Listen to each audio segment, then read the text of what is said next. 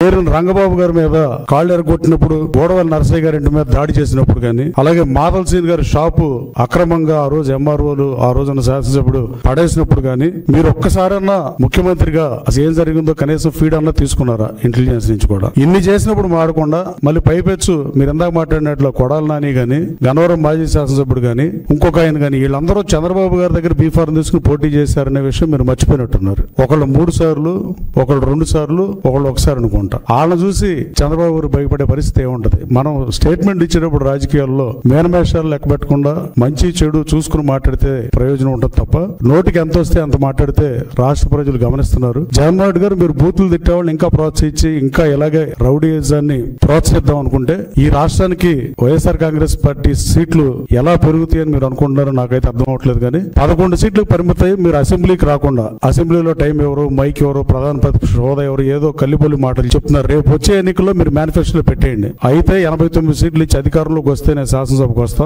లేదు 10% of seats రావాలి కాబట్టి 175 అయితే 175, పెరిగిన సీట్లు 18 సీట్లు వస్తేనే నేను అసెంబ్లీకి వస్తాను మీరు మేనిఫెస్టో పెట్టి పోటీ చేయమని కోరుతూ, ఇలాంటి వాళ్ళని ప్రోత్సహించి మీరే మట్టికాసుడు బకాసురుడు, వేల లారీలు తోలుకున్నాడు, దొంగేళ్ల పట్టాలు, ఇలా ఇన్ని మాట్లాడిన తర్వాత మనం మాట్లాడేటప్పుడు ఆ రోజు మాట్లాడింది రికార్డు అయి ఉంటుంది, ఇవాళ మాట్లాడింది రికార్డు ఉంటుంది, శాసనసభలో అయినా బయట అయినా. మీరు అట్లా మాట్లాడటం డెఫినెట్ గా ఆక్షేపణీయం, బాధాకరం కూడా.